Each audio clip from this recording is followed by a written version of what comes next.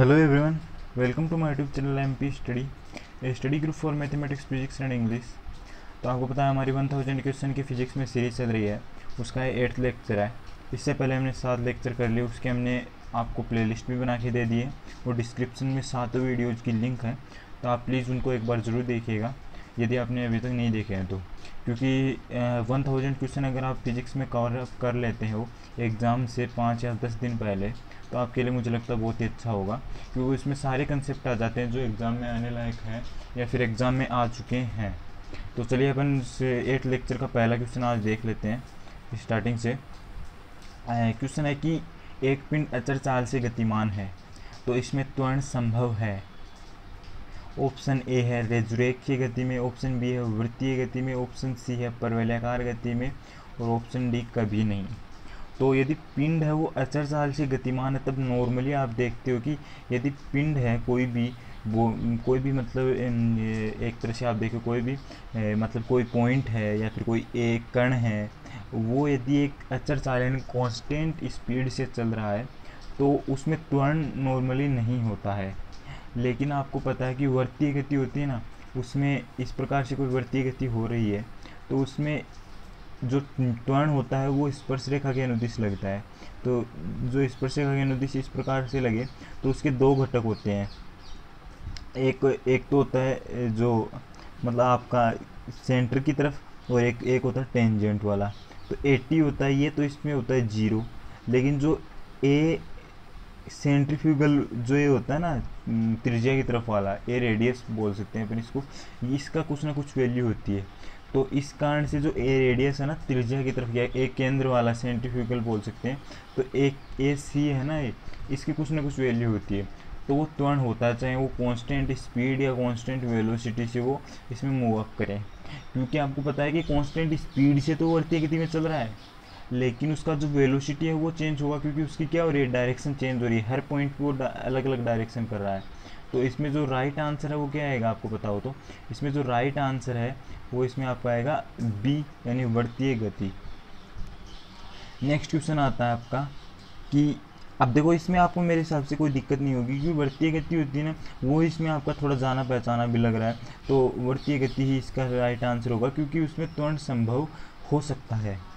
अब आता किसी समान वर्तीय गति में यदि कोई वर्तीय गति हो रही है, जैसे मान लीजिए कोई वर्तीय गति हो रही है, इस हिसाब से इसमें क्या है कि वेग एवं त्वरण दोनों नियत होते हैं। तो अभी आपको मैंने बताया कि त्वरण नियत नहीं होता है, वेग नियत हो सकता है, यानी वेग का जो आंकिक मान है वो नियत हो सकता है, लेकिन त्वरण नियत नहीं हो सकता। ये ऑप्शन मैंने यहाँ से कैंसिल आउट कर दिया।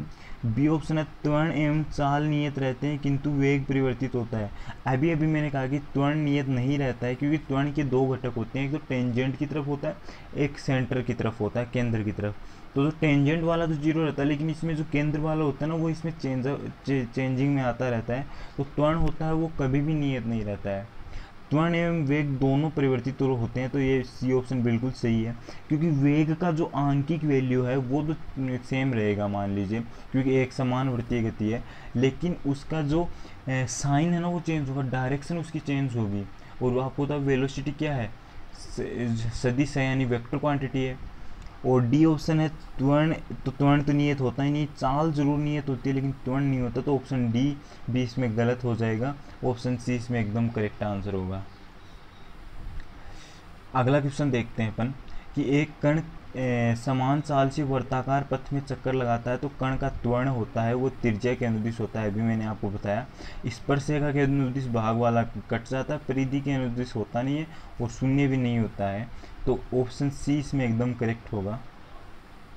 उसके बाद में एक अगला क्वेश्चन है कि किसी स्थान पर वर्ताकार मोड़ वाले मार्ग पर एक कार चल रही है, जब कार मार्ग के वर्ताकार भाग पर आती है तो इनमें से कौन से पहिए थोड़े ऊपर उठ जाते हैं। आपको पता है ऐसा कोई, मान लीजिए कोई मार्ग है, यदि कोई गाड़ी है वो यहाँ से आ रही है तो उसके आपको पता है यहाँ से मुड़ेगी, तब कौन से पहिए ऊपर उठेंगे, बाहर वाले, अंदर वाले, आगे वाले, पीछे वाले। तो मेरे हिसाब से सी और डी तो आपको काट देना चाहिए। ठीक है। और इसमें बी आएगा, अंदर वाले पहिए हैं ना वो थोड़े ऊपर उठ जाते हैं जब वो ऐसे मुड़ेगी तब। आपको लग रहा होगा कि बाहर वाले उठते हैं लेकिन अंदर वाले उठते हैं। तो आप इस क्वेश्चन को ध्यान में रख लीजिए कि जब भी वो वर्ताकार भाग से आती है ना कोई कार, तो उसके अंदर वाले पहिए थोड़े ऊपर उठ जाते हैं।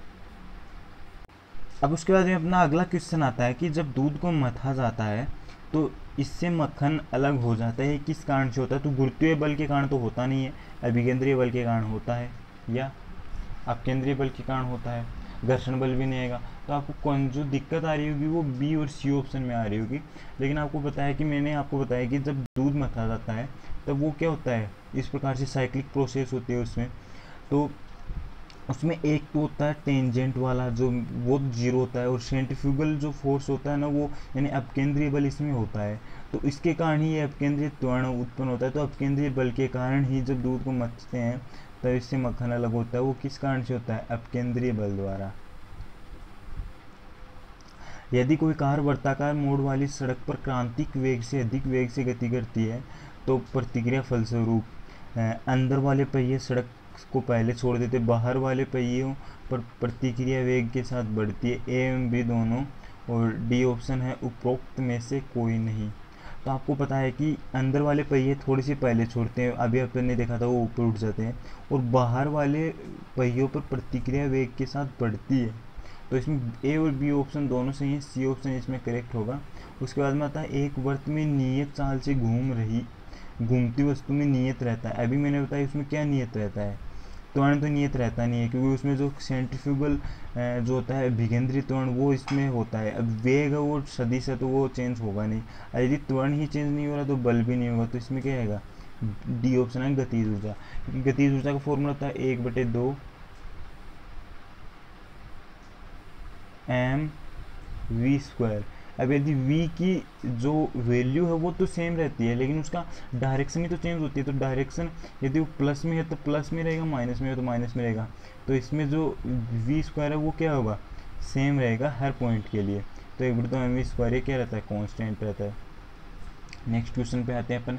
एक पिंड एक नियत परिमाण का बल आरोपित है। एक पिंड, यहाँ ध्यान दीजिए, अच्छा क्वेश्चन है। एक पिंड पर एक नियत परिमाण का बल आरोपित है जिसकी दिशा सदैव पिंड के लंबवत है। कण एक समतल में गति करता है तो कण का वेग नियत रहता है, कण का त्वरण नियत रहता है, कण वर्तीय पथ पे गति कर रहा है, इनमें से कोई नहीं।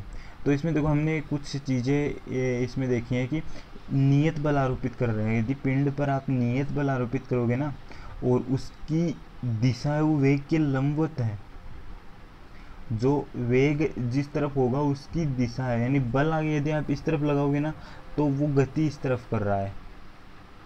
समझ में आपको बातें? या फिर बल आप इस तरफ लगाओगे तो वो गति इस तरफ कर रहा है। तो आपको पता है कि वेग और बल की दिशा केवल वर्तीय गति में ही वो चेंजमेंट रहता है। तो 9th में सी ऑप्शन आएगा, क्योंकि आपको मैं सर्कुलर मोशन में अभी तो नहीं, आप बताएंगे आगे। देखिए इसमें क्या होता है कि आपका ये सर्कुलर मोशन होती है, इसमें जो मैंने कहा कि जो ये टेंजेंट वाला जीरो रहता है त्वरण, बस ये जो आता है ना, जो आपका ये त्वरण है, जो ये त्वरण ही इसमें होता है। तो इसके द्वारा लगाया गया बल, यदि मैं एफ सी बोलूँगा, एफ सेंट्रीफ्यूगल, और ये है वेलोसिटी उसकी, ये उसकी वेलोसिटी है इस तरफ, तो ये लंबवत है कि नहीं है? और लंबवत है तब हमेशा वो वर्तीय गति करता है। त्वरण तो नियत होने का चांस नहीं है, वेग नियत होगा ही नहीं। तो इसमें सी ऑप्शन आ जाएगा। ये वर्तीय गति पे ही बेसिकली क्वेश्चन है। अभिकेंद्रीय बल का मान क्या होता है? 1/2 mv²। तो यहाँ पे आपको mv², सॉरी 1/2 mv² नहीं, mv²/r होता है। तो सी ऑप्शन इसमें आपका करेक्ट है 10th में। 11th क्वेश्चन देखते हैं। 11th क्वेश्चन है, इसमें शायद इतने ही क्वेश्चन है।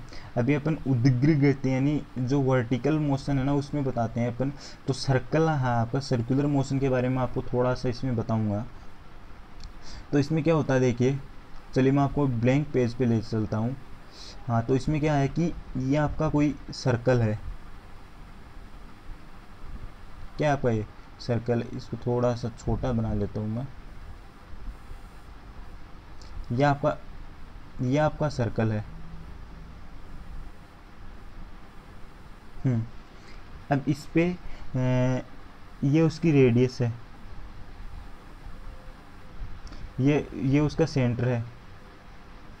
ठीक है, अब अपन देखते हैं कि इससे ये v वेग वेलोसिटी से इस प्रकार से जाता है, जो इसकी स्पर्श रेखा से ये v है, v1 मान लेते हैं, ठीक है। ये इसकी r है, ये इसकी r हो गई, तो टोटल लेंथ कितनी हो गई, 2r हो गई। अब नीचे की तरफ ये m है, मान लीजिए इसका मास, तो नीचे कितना लगेगा, mg लगेगा। ऊपर क्या लगेगा, 20 जो टेंशन फोर्स, तनाव बल, और अंदर एक बल और लगेगा जो होता है सेंट्रीफ्यूगल फोर्स, वो अभी हमने बताया कि mv²/r होता है। तो चलिए अपन इसको पूरे को अगर अपन मैनेज करें ना, तो इसका जो फॉर्मूला निकल के आता है कि वो आता है mv²/ क्या करें अब, हाँ तो देखिए मैंने फिर से जो डायग्राम वो ड्रॉ कर लिया है। तो इसमें क्या है कि fc जो होता है mv²/r, तो इसको मैं लिख देता हूँ डायरेक्ट mv1²/r, ठीक है, बराबर t यानी टेंशन फोर्स माइनस ये नीचे mg है, तो माइनस mg। ये हो गया इसका फर्स्ट इक्वेशन। तो इस इक्वेशन को आप याद रख लीजिए। उसके बाद में अपन यानी सीधा सा ड्रॉ हो जाएगा, तो इसमें कोई दिक्कत वाली बात नहीं इस इक्वेशन को। तो अब उसके बाद में इस पॉइंट पे अपन देखें मैक्सिमम वाले पे, यहाँ पे v2 वेलोसिटी हो जाती है मान लीजिए, और यहाँ पे t टेंशन फोर्स ये रहा, और mg भी नीचे की तरफ आएगा, और इसी के साथ mv²/r भी नीचे की तरफ आएगा। तो इसमें क्या होता है mv2/r बराबर t प्लस mg, क्योंकि इस बार दोनों जुड़ जाएंगे। अब यदि अपन इन दोनों को देखें तो जो नीचे वाला इक्वेशन है इसमें टेंशन फोर्स 0 हो जाता है। तो टेंशन फोर्स अगर 0 हो जाएगा तो अपन इस जो t को काट सकते हैं। अब v की वैल्यू क्या निकलती है, m से m कट जाता है, तो v2 की वैल्यू क्या निकलती है, √/rg निकलती है। v2 की वैल्यू निकलती है √/rg, यानी v2 √/rg कब है, जब ऊपर वाला टेंशन फोर्स 0 हो जाएगा। तो ऊपर वाले जो कण है ना, जब ऊपर जाएगा तो हमेशा उसका वेलोसिटी √/rg रहेगा। हाँ, तो जो अभी हमने निकाला था तो √/rg वो ये रहा, और तो जो v1 निकलता है वो निकलता है √/5rg, जब आप कार्य ऊर्जा प्रमेय लगाओगे ना, तो इस हिसाब से। तो बस आपको सर्कुलर मोशन में मेरे को बस इतना बताना था कि जो आपका टेंशन फोर्स है ना वो ऊपर 0 हो जाता है, और v उसमें √/rg रहता है, और जो v1 रहता है वो उसमें √/5rg रहता है। बस इतनी सी बात थी। उसके बाद में आपका लास्ट क्वेश्चन किस है, इसमें 16 क्वेश्चन हमें और करने हैं, फिर अपन आज का जो लेक्चर है वो कंप्लीट करते हैं, क्योंकि आज हमने थोड़ा सा कंसेप्चुअल बातें भी कर ली हैं। फर्स्ट क्वेश्चन आता है, निम्न में से कौन सा ऊर्जा का मात्रक नहीं है, तो किलोवाट ऊर्जा का मात्रक नहीं है, शक्ति का मात्रक होता है, जूल ऊर्जा का मात्रक है, कैलोरी ऊर्जा का मात्रक है, इलेक्ट्रॉन वोल्ट ऊर्जा का मात्रक होता है। इसमें बी ऑप्शन इसमें करेक्ट होगा। जब आता है एक वस्तु नियत चाल से घूम रही है, यदि उस पर वस्तु पर लगने वाला परिणामी बल F है, तब इस बल द्वारा किया गया कार्य शून्य है, कभी कभी, बहुधा, हमेशा, कभी नहीं। तो आपको होता कोई सर्कुलर मोशन में कोई गति कर रहा है, और इसमें आपको जैसे यहाँ से कोई स्टार्ट करा पुनः यहीं पे आ रहा है, यहाँ से कोई स्टार्ट करा पुनः यहीं पे आ रहा है, यहाँ पे स्टार्ट करा पुनः यहीं पे आ रहा है, तो हर पॉइंट पे उसका क्या होगा, वो उसका जो डिस्प्लेसमेंट है d बोल सकते हैं अपने, उसका विस्थापन है वो क्या होगा, 0। और आपको पता है w क्या होता है, F.ds, ठीक है, इसका डॉट प्रोडक्ट। अब यदि ds यानी डिस्प्लेसमेंट ही 0 है तो w क्या होगा, 0, और हर पॉइंट पे डिस्प्लेसमेंट क्या है, 0, तो इसमें हमेशा ये 0 होगा, शून्य इसमें हमेशा। वो इस क्वेश्चन को इस प्रकार से पूछ सकता है कि जब वो सर्कुलर पाथ में गति कर रही है तब उसका जो वर्क है वो क्या होगा, तो आपको 0 आंसर आ जाएगा उसका। नेक्स्ट क्वेश्चन देखते हैं अपन। नेक्स्ट क्वेश्चन है आपका, किसी वस्तु पर F बल लगाया जाए तो v वेग से उसकी शक्ति क्या होती है, तो P बराबर आप याद रख लीजिए FV होता है, क्योंकि P बराबर W/V भी होता है, W/T सॉरी, और W बराबर होता है F/S और F.ds मान लीजिए, और T है ये आपके पास, तो S/T यानी विस्थापन बट्टा समय क्या होता है, वेग, तो FV हो गया। आप मतलब फॉर्मूले को आपको रिलेट करना चाहिए, को रिलेशन आपको आना चाहिए, तो FV इसमें हो जाएगा। उसके बाद 36 दिशा में एक गोली है, वो लकड़ी के टुकड़े में टक्कर रह जाती है। ये थोड़ा सा कोलिजन यानी जो संघट होता है, जो टक्कर का क्वेश्चन आ गया। यदि गुट का घर्षण रहित क्षेत्र पर है, क्षैतिज तल पर है, तो इसमें कौन सा होगा? इसमें जब मतलब दो पिंड हैं वो गति कर रहे हैं और उसके बाद में वो उस टक्कर के बाद वो एक ही हो जाते हैं वो दोनों और सेम वेलोसिटी से गति करते हैं, तो वो कौन सी टक्कर होती है? वो कोलिजन होती है अप्रत्यास्थ, पूर्णतः अप्रत्यास्थ टक्कर। तो पूर्णतः अप्रत्यास्थ टक्कर के लिए ई क्या होता है? 0 होता है, क्योंकि दोनों का वेलोसिटी सेम हो जाता है आगे जाके। अब यहाँ पे E इक्वल टू 0 है, तो E के बारे में तो इसमें कहा नहीं है। अब क्या है, तो इसमें कौन सा स्टेटमेंट सही है? तो संवेग तो हमेशा ही संरक्षित रहता है, तो B तो एकदम करेक्ट है। अब B करेक्ट है तो इसमें या तो B आएगा या फिर D आएगा, क्योंकि C भी है इसमें। अब स्थितिज ऊर्जा ही संरक्षित रहती है, तो हमेशा क्वेश्चन ये होता है गतिज ऊर्जा इसमें कभी संरक्षित नहीं होती। गतिज ऊर्जा होती है वो टोटल, जो गतिज ऊर्जा होती है वो क्या होती है, इसमें उसकी हानि होती है। तो इसमें बी और डी ऑप्शन में कौन सा सही होगा? तो बी ऑप्शन इसमें कह रहा है कि केवल संवेग संरक्षित रहता है। तो संवेग तो संरक्षित, आपको पता है कि 3 टक्कर होती है, प्रत्यास्थ होती है, अप्रत्यास्थ टक्कर होती है और पूर्णतः अप्रत्यास्थ टक्कर होती है। तो उनमें तीनों में ही संवेग संरक्षित रहता है, लेकिन गतिज ऊर्जा संरक्षित नहीं रहती है, केवल स्थितिज ऊर्जा ही संरक्षित रहती है। तो इसमें ये स्टेटमेंट बहुत ही अच्छा है कि स्थितिज ऊर्जा ही संरक्षित रहती है। तो इसमें बी भी सही है और सी भी सही है। तो आपका जो ऑप्शन डी है यानी बी एवं सी दोनों, ये आंसर इसका करेक्ट होगा। नेक्स्ट क्वेश्चन देखिए, एक हल्के और भारी नाभिक का संवेग समान है। तो एक का तो मतलब एम है वो कैपिटल है और एक का स्मॉल एम है, तो उसका संवेग बराबर है। तो एक का v1 मान लेते हैं अपन और एक का v2 मान लेते हैं। तो जो कैपिटल एम है वो बड़ा है और स्मॉल एम है वो छोटा है। तो इससे क्या आपको सिद्ध हो रहा है कि v1 और v2 में कौन सा बड़ा है? इसमें v2 बड़ा है, ठीक है। तो अपन इसको देखो क्या करते हैं कि यहाँ पे लिखता हूँ मैं एम, पेन चेंज करके, एम v1 बराबर एम v2। अब इसमें गतिज ऊर्जा की तुलना करवा रहा है, तो 1/2 से मैं दोनों पक्षों में गुणा कर देता हूँ। अब ये दोनों सेम है। अब इसमें क्या कह रहा है कि v1 और v2 में आपको देखने से कौन सा बड़ा लग रहा है? क्योंकि इधर ज़्यादा m है तो v1 कम होगा, इधर m कम है तो v2 ज़्यादा होगा। तो v1 और v2 में v2 ज़्यादा है, तो मैं यहाँ पे दोनों तरफ इसको v2 से मल्टीप्लाई करूँगा, ठीक है। और बीच वाला जो ये है यानी इसका जो इक्वल वाला साइन है इसको हटाऊंगा मैं एक बार। क्यों हटाऊंगा आपको पता चल जाएगा क्यों। और इधर यहाँ पे v1 कर रहा हूँ। अब आप बताइए कौन सा बड़ा है? क्योंकि 1/2 m v1 स्क्वायर, यदि मैं इसको v1 यानी छोटी संख्या से मल्टीप्लाई कर रहा हूँ, मल्टीप्लाई, इतनी देर तक तो ये बड़े थे, बराबर थे, मतलब जब इक्वल है तब तो बराबर हैं ये। लेकिन यदि मैं बराबर का साइन हटाऊंगा एक बार और इसको मैं v2 से मल्टीप्लाई कर रहा हूँ, इसको v1 से मल्टीप्लाई कर रहा हूँ, यानी v2 यानी इस पक्ष को तो मैं बड़ी संख्या से मल्टीप्लाई कर रहा हूँ और इसको छोटी संख्या से मल्टीप्लाई कर रहा हूँ। तो जो छोटी संख्या वाला है वो कितना हो जाएगा? छोटा हो जाएगा वो। तो ये क्या हो जाएगा? छोटा हो जाएगा इस प्रकार से। तो जो हल्का है ना, हल्का जो आपका पिंड है उसकी गतिज ऊर्जा क्या होगी? मैक्सिमम होगी, मतलब ज़्यादा होगी। तो इसमें भारी की कम होगी, ये हो जाएगा इसमें बी ऑप्शन। इसको आप समझ लीजिए जिस प्रकार से क्या है कि आपका मतलब एक तो 5 किलो का है और एक 4 किलो का है, ठीक है। अब 5 किलो वाले का वेग तो 4 है। अगला क्वेश्चन है, गतिमान कण के लिए गतिज ऊर्जा विस्थापन वक्र का ढाल है। तो गतिज ऊर्जा यानी k और विस्थापन है, विस्थापन को अपन बोलते हैं s। चलिए अपन देखते हैं कि यहाँ पे, तो पेन यूज़ कर लेता हूँ मैं, हाँ इस प्रकार से है। यहाँ पे तो काइनेटिक एनर्जी लिखी गई है, यहाँ पे विस्थापन यानी डिस्प्लेसमेंट d मान लेते हैं, d लिखा गया है। तो k/d क्या होता है? इसका ढाल हो जाएगा y/x के अनुसार। तो 1/2 m v² बट्टा d डिस्प्लेसमेंट। अब v में क्या होता है? v में होता है d/t, तो d²/t²। अब d, एक d से एक d कट गया। अब d का एक बार करोगे अब तो तब तो क्या आएगा? v, और v का एक बार और फिर से करोगे यानी d/t² क्या है? तो d/t को लिख सकता हूँ मैं d/t इंटू t। अब d/t तो हो गए वेग और नीचे t का t रह गया। अब v/t वापस क्या हो जाएगा? वो हो जाएगा त्वरण a। अब यहाँ पे क्या आएगा? इसकी जगह अपन त्वरण लिख सकते हैं और 1/2m क्या है, कांस्टेंट है, तो त्वरण की क्या अनुक्रमानुपाती है। एक बार मैं आपको फिर से समझाता हूँ।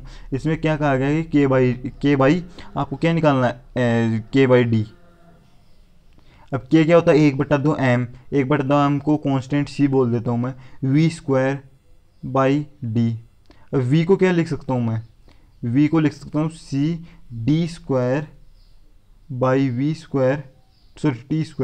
क्योंकि d/t होता है v² और d हो गया यहाँ पे। अब एक d से एक d कट गया। अब यदि सी d/t बोले तो अपन d/t² आपको निकालना है, क्योंकि ये तो कांस्टेंट है ही। d/t² निकालेंगे तब d/t इंटू टी कर सकते हैं, d/t इंटू 1/t, d/t हो गया v और v/t हो गया a, तो त्वरण क्या हो जाएगा, अनुक्रमानुपाती हो जाएगा।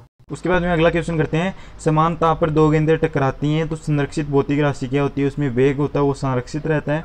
1 जूल किसके बराबर होता है, जूल यानी W बराबर होता है F इंटू एस। एफ का SI मात्रक होता है न्यूटन, एस का यानी विस्थापन का होता है मीटर, तो न्यूटन इंटू मीटर इसका आंसर होगा। उसके बाद नेक्स्ट क्वेश्चन अपन देखते हैं। एक अश्वशक्ति क्या होता है, 746 वोट होता है। एंड यदि पिंड का वेग यदि आप आधा कर दोगे तो उसकी गतिज ऊर्जा 1/2mv² से करोगे तो 1/4 हो जाएगी। उसके बाद में है कि m और द्रव्यमान और p उसका संवेग है, तो इसकी गतिज ऊर्जा होती है 1/2mv² से करोगे आप। तो अभी हमने तो क्या किया था, v1 और v2 से दोनों तरफ मल्टीप्लाई किया था ना, तो उस हिसाब से p²/2m आ जाएगी, क्योंकि 1/2mv² होता है ना, इसका मान होता है, और p बराबर होता है mv। अब यदि मैं 1/2 से दोनों तरफ मल्टीप्लाई कर दूंगा तो p/2 बराबर mv/2, और v से मल्टीप्लाई कर दूंगा तो pv/2 बराबर mv²/2, तो 1/2 p²/2m हो जाएगा। एंड उसके बाद में है कि द्रव्यमान एवं वेग दोनों को दुगना कर दिया जाए तो गतिज ऊर्जा क्या होगी, तो 1/2m यानी 2m/v²/4, तो आधी हो जाएगी। क्या कहा है कि गतिज ऊर्जा 1/2mv², द्रव्यमान को दोगुना कर दिया जाए तो अच्छा 2m/1/2mv², v ऊपर है, सॉरी v ऊपर है, तो इसमें हो जाएगा 8 गुनी हो जाएगी वो, क्योंकि ये 2 गुना है ही, और ये 2v और 2v² हो जाएगा 4 इंटू 2 8, 1/2mv²। शक्ति का मात्रक क्या होता है, शक्ति पता है p बराबर क्या होता है, fv होता है, तो f का होता है न्यूटन होता है m यानी kg इंटू मीटर, और v होता है मीटर पर सेकंड।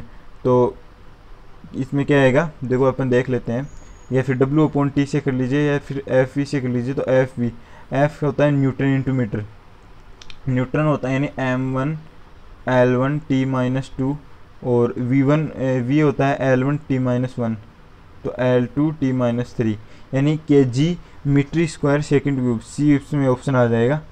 समझ में आ गई होगी आपको, होते बस आपको फॉर्मूला याद होना चाहिए। उसके बाद में आता है WF, और आपको विस्थापन दिया गया है थीटा, उसमें कोण है, तो W क्या होगा, यानी कोण क्या होगा, कार्य क्या होगा, तो विस्थापन के बीच कोण हो, अच्छा कार्य पूछा इसमें, तो W बराबर होता है FX cos theta. Next 15 number का क्वेश्चन है जो अपना सेकंड लास्ट क्वेश्चन है। इसमें क्या है कि एक बंदूक से गोली छोड़ी जाती है तब गोली बंदूक की यानी गोली जो बंदूक का जो निकाय है उसकी आंतरिक ऊर्जा नियत होती है। यांत्रिक ऊर्जा का रूपांतरण अयांत्रिक ऊर्जा में होता है। सी ऑप्शन है अयांत्रिक ऊर्जा का रूपांतरण यांत्रिक ऊर्जा में होता है, और डी है यांत्रिक ऊर्जा संरक्षित रहती है। तो इसमें सी ऑप्शन होगा अयांत्रिक ऊर्जा का रूपांतरण यांत्रिक ऊर्जा में होता है। उसके बाद में आता है दो विभिन्न द्रव्यमानों की गेंद की गतिज ऊर्जा समान है तो अधिक संवेग वाली गतिज ऊर्जा क्या वाली गेंद कौन सी होगी। तो आपको पता है दो विभिन्न द्रव्यमान, एक का तो है 1/2 यानी m v1² बराबर 1/2 m v2²। तो यदि ये m बड़ा है और ये दोनों बराबर है तो इसका मतलब v1 कम है, v1 कम है तो इसका संवेग क्या होगा। अब इस संवेग के लिए आपको क्या करना है, ये 1/2 से तो 1/2 काट दीजिए आप, 1/2 से 1/2 काट दिया। अब m v1² बराबर m v2² आ जाएगा।